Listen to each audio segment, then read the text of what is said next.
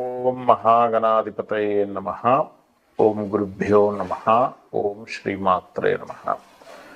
పరమేశ్వర స్వరూపమైనటువంటి జ్యోతిష, వాస్తు మరియు ఇతర అనేకమైనటువంటి శాస్త్రములను మనకు అందించినటువంటి మహర్షులకి నమస్కారం. హయగ్రీవ హయగ్రీవ హయగ్రీవేతి యోపదేత్ తస్య నిస్సరతే వాణీ జన్హుకన్యా ప్రవాహవత్. అరుణాం కరుణాతరంగితాక్షీం ధృతపాశాంకుశపుష్పబాణచాపాం అనిమాదిభిరావృతాం మయూకైః అహమిత్యేవ విభావయే భవానీం. శ్రీమాత్రే నమః.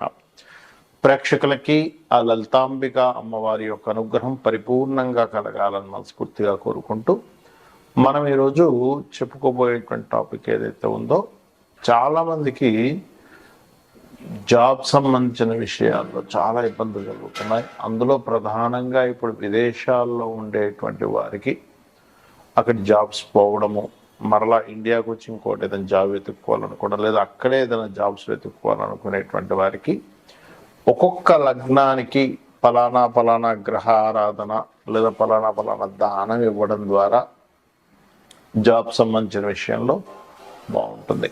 అంటే కొత్త జాబ్స్ రావడం, జాబ్లో ఇంప్రూవ్మెంట్స్ జరుగుతూ ఉంటాయి. మరి ఏ లగ్నాల వారికి ఏ దానం ఇవ్వాలి, ఏ మంత్రం చదువుకోవాలి, ఏ గ్రహ ఆరాధన చేసుకోవాలి, అదేవిధంగా అస్సలు డేట్ ఆఫ్ బర్త్ లేని వారికి కూడా ఏం చేయాలి అనేటువంటి విషయాలు ఇప్పుడు మనం తెలుసుకుందాం.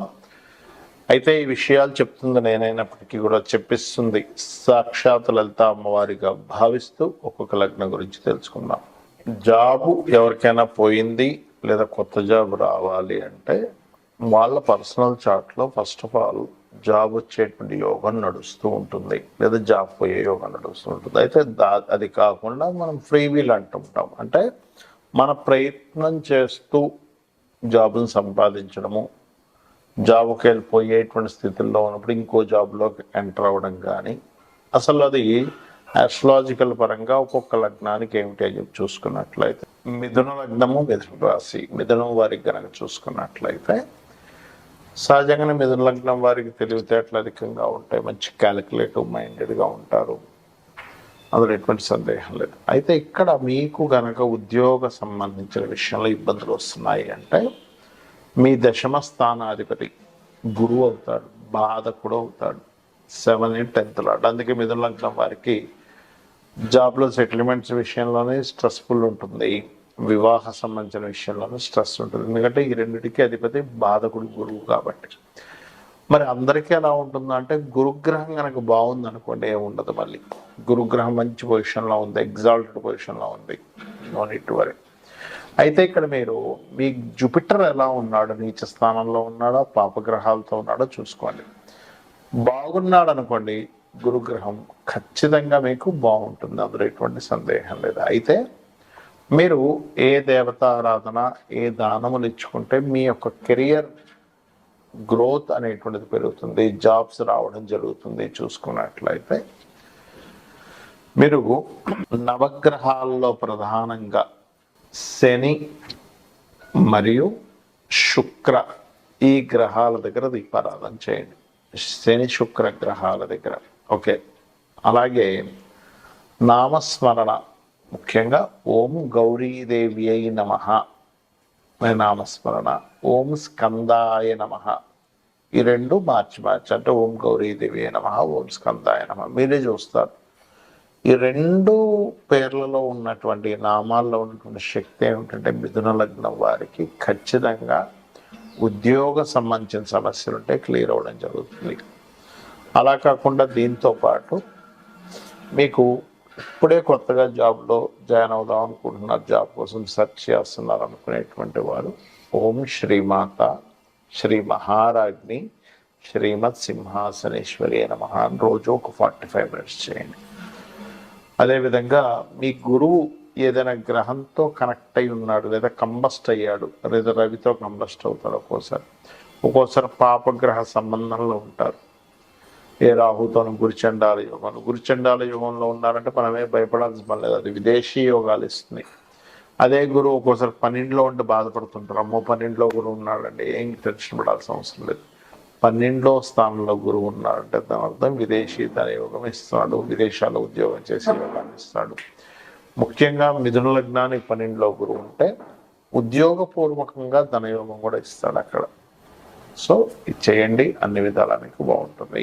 కొంతమందికి జాబ్ సంబంధించినటువంటి యోగాలు ఉండవు, వ్యాపార సంబంధించిన యోగాలు ఉంటాయి. దాన్ని ఎలా కనుక్కోవాలి? ఈ జన్మజాతకంలో చూసుకున్నట్లయితే మీ యొక్క జన్మజాతకంలో బుధగ్రహం బాగుంది, లేదా 2వ అధిపతి మంచి ధనయోగాల్లో ఉన్నాడు అన్నప్పుడు మీకు వ్యాపారపరమైనటువంటి యోగాలు బాగున్నాయని అర్థం. అదేవిధంగా లాభాధిపతి బాగున్నాడు. ప్రతి లగ్నానికి లాభాధిపతిని ఒకరు ఉంటారు. అంటే 11th లార్డ్ మీ లగ్నం నుంచి 11వ అధిపతి, 12 భావాలు కదా మనకి.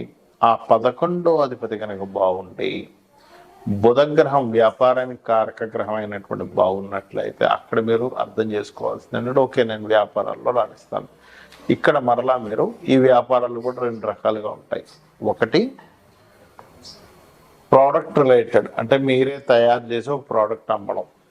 రెండవది సర్వీస్ ఓరియంటెడ్, సర్వీస్ రిలేటెడ్, అంటే మీరు ఒక ప్రోడక్ట్ అమ్ముతారు, తయారు చేస్తారు, దాన్ని మీరు మధ్యవర్తిగా ఉండే ఒక జొమాటో అనుకోండి, జొమాటో కావచ్చు, స్విగ్గీ కావచ్చు, ఇవన్నీ వాళ్ళేం తయారు చేయరు ప్రోడక్ట్ని, వాళ్ళు మధ్యవర్తిగా ఉంటారు. లేదా ఒక రియల్ ఎస్టేట్ వాళ్ళు వెంచర్ వేశారు, ఈయన మధ్యవర్తిగా ఉండి అమ్మిపిస్తుంటారు. లేదా కారు అమ్మడం ప్రోడక్ట్ రిలేటెడ్ అనుకుంటే కారు మీద సర్వీసెస్ ఇవ్వడం ఈజ్ సర్వీస్ రిలేటెడ్. మీ జన్మజాతకంలో కనుక మధ్యవర్తిత్వం మూలంగా ధనయోగాలు ఉంటాయి, మీ సర్వీస్ ఓరియంటెడ్ వాటిలోకి వెళ్ళాలి.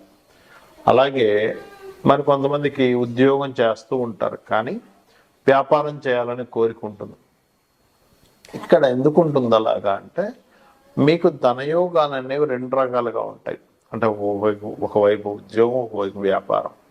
వాళ్ళకి పర్టికులర్గా బుధుడు కనెక్ట్ అవుతాడు, ధనకారకుడు, అండ్ శని కూడా ఇద్దరు కలిసి కనెక్ట్ అవ్వడం. లేదా శని భగవానుడు వక్రించి బుధరాశుల వైపు బుధుడి వైపు వెళ్ళడం జరిగినప్పుడు ఒకవైపు జాబ్ చేస్తూ ఒకవైపు వ్యాపారం చేయాలని ఇట్లాంటివి ఉంటాయి. అయితే ఇక్కడ చాలామంది విదేశాలకు వెళ్ళి అక్కడ జాబులు దొరక మళ్ళీ వెనక్కి రావడం, లేకపోతే ఇక్కడ జాబులు దొరక విదేశాలకు వెళ్ళడం కూడా జరుగుతుంది. దానికి కారణం ఏమిటి? మీ జన్మజాతకంలో విదేశీ ధనయోగం, విదేశాల్లో ఉద్యోగం చేసే యోగం ఉంది అంటే 212 యాక్సెస్ సంబంధం, అంటే 2వ అధిపతి 12వ అధిపతి, లేదా 10వ అధిపతికి 12వ అధిపతికి 2వ అధిపతికి సంబంధాలు రావడం. రాహుకేతు యాక్సెస్లో అన్ని గ్రహాలు ఒకవైపు ఉంటే ఇంకోవైపు వెళ్ళి శనుండి దానికి కాంబినేషన్లో ఉండడం. ఈ ఫార్ములాస్ అనేవి కూడా శాస్త్రంలో చెప్పబడ్డాయి. ఇలా ఉన్నట్లయితే అప్పుడు మీరు విదేశాలకు వెళ్ళి చేస్తారు. అలా కాకుండా అసలు 212 కాంబినేషనే లేదు, 10-12 కాంబినేషనే లేదు, అండ్ ఆ మహాదశ నడవట్లేదు, అసలు చంద్రరాహు శని కాంబినేషన్ లేదు, గురుచంద్రరాహు కాంబినేషన్ లేదు అన్నప్పుడు మీరు విదేశాలకు వెళ్ళి ఉద్యోగం చేయడం వల్ల ఇటువంటి ప్రయోజనం ఉండదు. అక్కడికి వెళ్తారు, ఊరికే టైంపాస్ అయిపోతుంటుంది, డబ్బులు ఖర్చు అయిపోతాయి, అయ్యో ఇంత టైం వేస్ట్ అయిందని మళ్ళీ వెనక్కి రావడం, ఇట్లాంటివి జరుగుతుంటాయి. సో మీ పర్సనల్ చార్ట్లో అసలు ఏ యోగం ఉంది అనేటువంటిది ఫస్ట్ తెలుసుకోండి.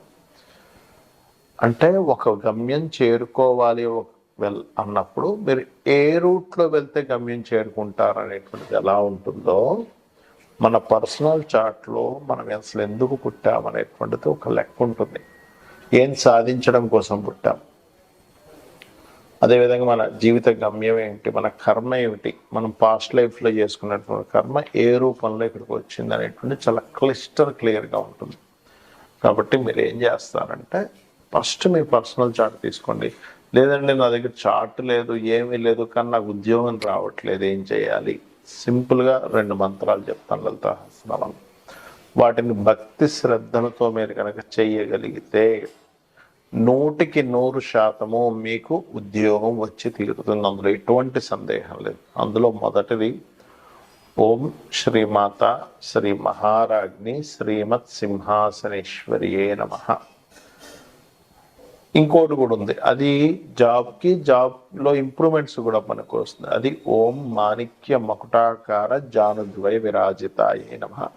అలా కాదండి నాకు జాబ్ ఉంది కానీ జస్ట్ ఫైనాన్షియల్ పరమైనటువంటి ఇబ్బందులే నాకు ఎక్కువ ఎదుర్కొంటున్నాను, నాకు ధనం రావడం కోసం చెప్పండి, నేను జాబ్ చేస్తున్నాను, 1,00,000 రూపాయలు సంపాదిస్తున్నా, కానీ వచ్చిన వారం రోజుల డబ్బులన్నీ అయిపోతాయి, నా పరిస్థితి ఏమో అన్నది ఖర్చులు ఉన్నాయని ఇంకొంచెం ఇన్కమ్స్ పెరగాలి అనుకునేటువంటి వారు ఓం సంపత్కరీ సమారూఢ సింధుర వ్రజ సేవితాయి నమః చేసుకోండి. లేదు నేను బిజినెస్లోనే ఎదగాలనుకుంటున్నాను, నాకు బిజినెస్ కోసం ఏముంది లలితాసహస్రనామాల్లో అంటే ఓం ఇంద్రగోప పరిక్షిప్త స్మరతూనా భజంగికాయై నమః అని నామస్మరణ చేయండి. ఖచ్చితంగా మీకు అమ్మవారి అనుగ్రహంతో మీరు పడుతున్నటువంటి కష్టానికి, మీరు ఏదైతే ఎఫర్ట్స్ పెడుతుంటారో, ఏదైతే కష్టపడుతుంటారో ఆ కష్టానికి ఫలితం అనేటువంటిది రావడం జరుగుతుంది. కాకపోతే ఎవరైనా అసలు జాబ్స్లో ఎక్కువ ఇబ్బంది పడుతున్నారు అన్నప్పుడు ఇంట్లో దక్షిణ దిశ అంటే సౌత్ ఉంటుంది చూసారా, సౌత్లో గనక, సౌత్ అనేటువంటిది ఏంటంటే అది ఉద్యోగాన్ని మనకి పెంచేటువంటి స్థానాల్లో ఒక స్థానం సౌత్ అనేది. మీ ఇంటిలో, ఇంటి ఆవరణలో సౌత్లో ఏదైనా బాత్రూమ్స్, లాట్రిన్స్ లాంటివి ఉంటే వాటిని తీయలేని పరిస్థితిలో ఉంటే కనుక మీరు ఒక కాపర్ పట్టి లాంటిది వేసేసేయండి, సరిపడుతుంది. దాని చుట్టూ, కమోడ్ చుట్టూ. ఓకే, అలాగే వెస్ట్లో ఉన్నా సరే కొంచెం ఐరన్ పట్టి లాంటిది వేయండి. ఎందుకంటే పడమర అనేటువంటి శని భాగం ఏదైతుందో బెనిఫిట్స్ వచ్చేటువంటి ప్లేస్, అదేవిధంగా కర్మకారకుడు, ఉద్యోగానికి కారకుడు, ఇక్కడేమో సౌత్. కాబట్టి ఈ రెండు చెక్ చేసుకోండి. ఆగ్నేయంలో చిన్న గ్రీన్ బల్బ్ ఒకటి పెట్టండి, ఉత్తరంలో కంప్లీట్ వాల్కి వైట్ కలర్ ఉండేలా చేసుకోండి. బికాజ్ ఆఫ్ కుబేర స్థానము, అక్కడ స్పేస్ ఎలిమెంట్ ఉండాలి. సో ఇవి చేయండి, ఖచ్చితంగా మీ ఫైనాన్షియల్ ఇంప్రూవ్మెంట్స్ పెరుగుతాయి.